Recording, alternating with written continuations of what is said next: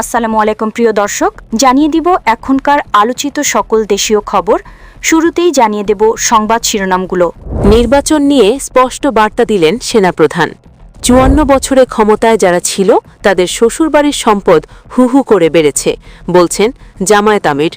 জানাবো জামায়াত আমিরের বক্তব্যের কড়া প্রতিবাদ সালাউদ্দিনের, এবং সর্বশেষ জানাবো ২ লাখ টাকা ঘুষে চাওয়ায় চাকরি হারালেন ইসি কর্মকর্তা মাহফুজুর। প্রিয় দর্শক, এতক্ষণ দেখছিলেন সংবাদ শিরোনামগুলো, এখন জানাবো বিস্তারিত খবর। নির্বাচন নিয়ে স্পষ্ট বার্তা দিলেন সেনাপ্রধান। সেনাপ্রধান জেনারেল ওয়াকারুজ্জামান বলেছেন, জাতীয় নির্বাচন নিয়ে সরকার, নির্বাচন কমিশন, পুলিশ ও সেনা, নৌ ও বিমান বাহিনী সহ সবাই আগ্রহী। সেখানে নির্বাচন না হওয়ার কোনো সুযোগ নেই। সেনাপ্রধান বলেন, সুন্দর নির্বাচন করার জন্য আমরা সক্ষম। নির্বাচন নিয়ে সবাই আগ্রহী। নির্বাচন নিয়ে সরকার, নির্বাচন কমিশন, পুলিশ ও সেনা, নৌ ও বিমান বাহিনী সহ সবাই আগ্রহী। সেখানে নির্বাচন না হওয়ার কোনো সুযোগ নেই। তিনি আরও বলেন, নির্বাচনকে প্রভাবিত করার জন্য বিকাশের মাধ্যমে কিছু মানি ট্রানজ্যাকশন হতে পারে। আমরা নির্বাচন কমিশনের সঙ্গে কথা বলছি। কিছু ক্রিমিনাল থাকতে পারে। সবাই এ ধরনের অপকর্ম করবে না। জেনারেল ওয়াকরুজ্জামান বলেন, নির্বাচনের দিন যারা র্যাগিং এবং ভোটারদের ভোট কেন্দ্রে যেতে বাধা দেবে তাদের বিরুদ্ধে সেনাবাহিনী অ্যাকশন নেবে। অপরাধ করলে যতটুকু আইনে রয়েছে ততটুকু শাস্তি পাবে।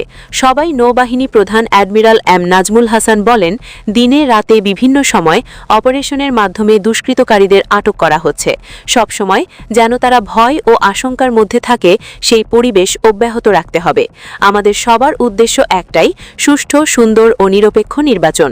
বিমান বাহিনীর প্রধান air chief marshal Hasan Mahmud Khan বলেন, সুষ্ঠু নির্বাচনের পরিবেশ নিশ্চিত করতে হবে আমাদের, যে উদ্দেশ্যে সাধারণ ভোটারদের মনে আস্থা জাগাতে হবে।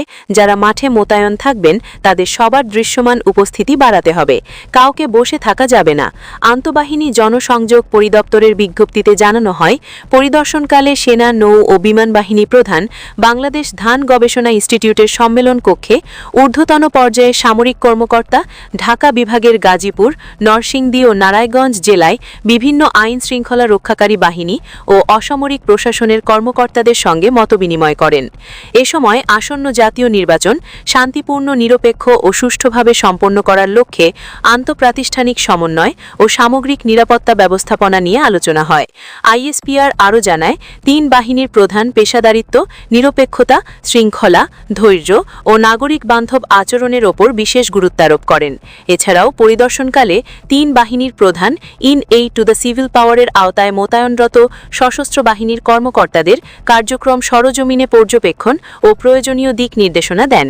গাজীপুর জেলা পরিদর্শনকালে সেনা, নৌ ও বিমান বাহিনীর ঊর্ধ্বতন সামরিক কর্মকর্তাদের পাশাপাশি অসামরিক প্রশাসন, আইন শৃঙ্খলা রক্ষাকারী বাহিনীর ঊর্ধ্বতন কর্মকর্তারা উপস্থিত ছিলেন।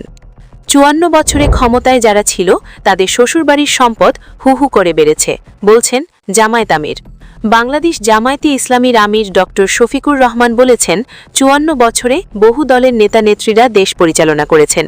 তারা যখন প্রথম ক্ষমতায় বসেছেন, যে পরিমাণে সম্পদশালী ছিলেন, ৫ বছর, ১০ বছর, ১৫ বছর পরে এই সম্পদ ৭০০ থেকে ৮০০ গুণ বেড়ে গেছে।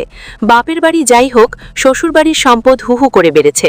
সবার শ্বশুরবাড়ি ধনী, বাপের বাড়ি একটু গরিব। শাশুড়ি, শ্বশুর, ননদ, শালা, শালিকা সবার নামে সম্পদ করেছেন। তিনি বলেন, ৫৪ বছরে দেশ এবং জাতির কোনো উন্নয়ন হয় নাই। এ কথা আমি কোনোদিন বলিনি এবং বলবো না। উন্নয়ন হয়েছে ২ ধরনের, একটা জনগণের আর একটা রাজনৈতিক নেতাকর্মীর। জনগণের উন্নয়ন করতে গিয়ে রডের বদলে বাঁশ, সিমেন্টের বদলে ছাই ব্যবহার করা হয়েছে। জনগণের উন্নয়ন করতে গিয়ে বাংলাদেশ থেকে ২৮ লাখ কোটি টাকা বিদেশে পাচার করা হয়েছে। দেশের বুকে মাটির নিচে কত বস্তা আছে তা আমরা জানি না। জামায়াত আমির বলেন, একজন শ্রমিক ভাই কিংবা বোনের সন্তান, সেও যদি মেধাবী হয়, তার মেধা বিকাশের দায়িত্ব নেবে সরকার। আমরা চাই তাদের মধ্য থেকে আগামী দিনের প্রধানমন্ত্রী বের হয়ে আসুক। আমরা সেই রাজনীতির ধারা চালু করতে চাই। আমরা কথা দিচ্ছি, পরিবার কেন্দ্রিক রাজনীতি, রাজার ছেলে রাজা হবে। রাজনীতির এ ধারা পাল্টে দেব। শফিকুর রহমান বলেন, যার যেমন অবদান তাকে তেমন মূল্যায়ন করতে হবে। এর নাম ইনসাফ। সবাইকে গলা কেটে সমান করে দেওয়ার নাম ইনসাফ নয়। যার যেটা ন্যায্য পাওনা তার হাতে সেটাই তুলে দিতে হবে। হবে। যুব সমাজ তৈরি হয়ে যাও, আমরা এই দেশটাই তোমাদের হাতে তুলে দিতে চাই। তিনি বলেন, এবারকার নির্বাচনে আমাদের অঙ্গীকার দুর্নীতিমুক্ত দেশ করা। আরেকটা দলেরও নেতৃত্ববৃন্দ বলতেছে তারাও দুর্নীতিমুক্ত দেশ করবেন। ভালো কথা, ভালো কাজ নিজের ঘর থেকে শুরু করতে হয়, সেটার প্রমাণ আগে দিন। ৪৯ জন ঋণ খেলাপি যাদের বগলের নিজে দিয়ে নির্বাচন করেছেন, আগে তাদের বাতিল ঘোষণা করেন। যদি সাহসিকতার সঙ্গে এটা করতে পারেন, জনগণ কিছুটা বিশ্বাস করবে, হ্যাঁ, তাদের সদিচ্ছা আছে।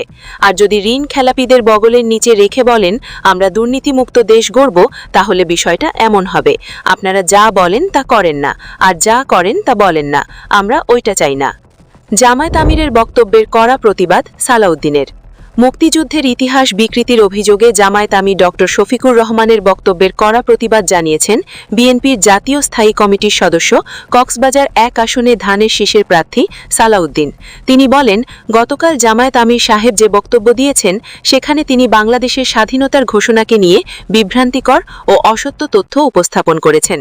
সালাউদ্দিন আহমেদ বলেন, বাংলাদেশ জামায়াতি ইসলামী যারা এদেশের স্বাধীনতার বিরোধিতা করেছিল, তারাই আজ মুক্তিযুদ্ধের ইতিহাস বর্ণনা করার চেষ্টা করছে।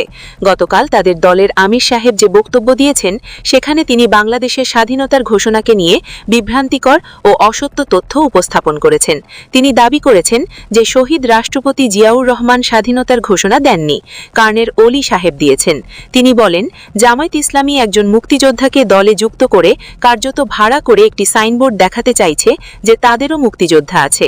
সেই মুক্তিযোদ্ধাকে ব্যবহার করে তারা বাংলাদেশের স্বাধীনতার পক্ষে নিজেদের অবস্থান দেখানোর চেষ্টা করছে, কিন্তু দেশের প্রকৃত মুক্তিযোদ্ধারা এটা কখনোই মেনে নেবে না। সালাউদ্দিন আহমেদ বলেন, এই দেশের সব দেশপ্রেমিক মানুষ স্বাধীনতার পক্ষের শক্তি, সবাই এই ইতিহাস বিকৃতির বিরুদ্ধে প্রতিবাদের ঝড় তুলবে। একজন রাজনৈতিক দলের কর্মী হিসেবে আমাদের দায়িত্ব হল, যারা বাংলাদেশের স্বাধীনতার ইতিহাস নিয়ে বিভ্রান্তি সৃষ্টি করতে চায়, মিথ্যা তথ্য ছড়াতে চায়, ইতিহাস বিকৃত করতে চায়, তাদের বিরুদ্ধে শালীন ভাষায় হলেও দৃঢ়ভাবে নিন্দা ও প্রতিবাদ জানানো। সেই দায়িত্ব থেকে আমি আজ তাদের বক্তব্যের তীব্র প্রতিবাদ জানাচ্ছি।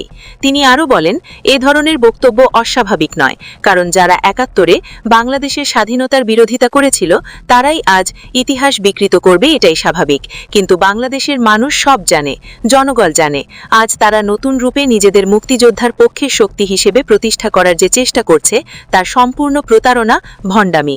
সালাউদ্দিন আহমেদ বলেন, গত কয়েকদিন আগে তারা নারী সমাজকে চরমভাবে অপমান করেছে। সাক্ষাৎকারে কর্মজীবী নারীদের পতিতাদের সঙ্গে তুলনা করেছে। তারা নারীদের কর্মকাণ্ড কমিয়ে দেওয়ার প্রস্তাব দিয়েছে। বাস্তবে এই প্রস্তাব নারীদের কল্যাণ নয়, এই নারীদের কর্মসংস্থান ধ্বংস করার একটি পরিকল্পনা। ২ লাখ টাকা ঘুষে চাওয়ায় চাকরি হারালেন ইসি কর্মকর্তা মাহফুজুর। জাতীয় পরিচয়পত্র সংশোধনের আবেদন নিষ্পত্তির বিনিময়ে ঘুষ দাবি ও দুর্নীতির অভিযোগে চাকরি হারালেন ফরিদপুরের অতিরিক্ত আঞ্চলিক নির্বাচন কর্মকর্তা মোহাম্মদ মাহফুজুর রহমান। রাষ্ট্রপতির আদেশক্রমে নির্বাচন কমিশন সচিবালয়ের সচিব আক্তার আহমেদ স্বাক্ষরিত এক প্রজ্ঞাপনে এই আদেশ জারি করা হয়। প্রজ্ঞাপন অনুযায়ী মোহাম্মদ মাহফুজুর রহমানের বিরুদ্ধে আনীত অভিযোগ প্রমাণিত হওয়ায় সরকারি কর্মচারী বিধিমালা ২০১৮ অনুযায়ী তাকে চাকরি হইতে বরখাস্তকরণ নামক গুরুদণ্ড প্রদান করা হয়েছে। এই আদেশ ১ ফেব্রুয়ারি ২০২৬ তারিখ থেকে কার্যকর ধরা হয়েছে। অভিযোগ থেকে জানা যায়, মাহফুজুর রহমান গোপালগঞ্জে জেলা নির্বাচন কর্মকর্তা থাকাকালীন এক আবেদনকারীর এনআইডিতে ১০ বছর জন্ম তারিখ হ্রাসের আবেদন নিষ্পত্তির জন্য এখতিয়ার বহির্ভূতভাবে ২ লাখ টাকা ঘুষ দাবি করেন। পরবর্তীতে আবেদনকারীর সঙ্গে দরকষাকষি করে তা ১,৭০,০০০ টাকা নির্ধারণ করা হয়, কিন্তু আবেদনকারী দাবিকৃত অর্থ প্রদানে ব্যর্থ হওয়ায় মাহফুজুর রহমান আবেদনটি বাতিল করে দেন। ক্ষুব্ধ আবেদনকারী ঘুষ দাবির অডিও রেকর্ড সহ নির্বাচন কমিশনে লিখিত অভিযোগ দায়ের করেন। প্রাথমিক তদন্তে অভিযোগের সত্যতা পাওয়ায় মাহফুজুর রহমানকে সাময়িক বরখাস্ত করে তার বিরুদ্ধে বিভাগীয় মামলা রুজু করা হয়। তদন্ত চলাকালীন অভিযুক্তের কণ্ঠস্বরের নমুনা এবং দাবিকৃত অর্থের অডিও রেকর্ড পরীক্ষার জন্য সিআইডিতে পাঠানো হয়। ফরেনসিক পরীক্ষায় অডিও রেকর্ডের কণ্ঠে সঙ্গে মাহফুজুর রহমানের কণ্ঠের মিল পাওয়া যায়।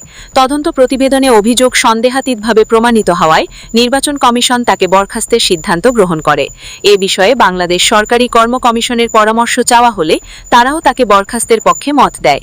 সর্বশেষ মহামান্য রাষ্ট্রপতি গত 1 ফেব্রুয়ারি 2026 তারিখে এই দণ্ড প্রদানের প্রস্তাব সানুগ্রহ অনুমোদন করেন। প্রজ্ঞাপনে উল্লেখ করা হয়েছে, জনস্বার্থে এই আদেশ জারি করা হয়েছে। ইতোপূর্বে তিনি ফরিদপুরে অতিরিক্ত আঞ্চলিক নির্বাচন কর্মকর্তা হিসেবে কর্মরত ছিলেন, তবে সাময়িকভাবে বরখাস্ত অবস্থায় ছিলেন। প্রিয় দর্শক, এই ছিল এখনকার গুরুত্বপূর্ণ নিউজ। আরও গুরুত্বপূর্ণ নিউজ নিয়ে ফিরছি কিছুক্ষণের মধ্যে। নিউজগুলো সবার আগে দেখার জন্য এই চ্যানেলটি সাবস্ক্রাইব করে আমাদের সাথে থাকুন। ধন্যবাদ।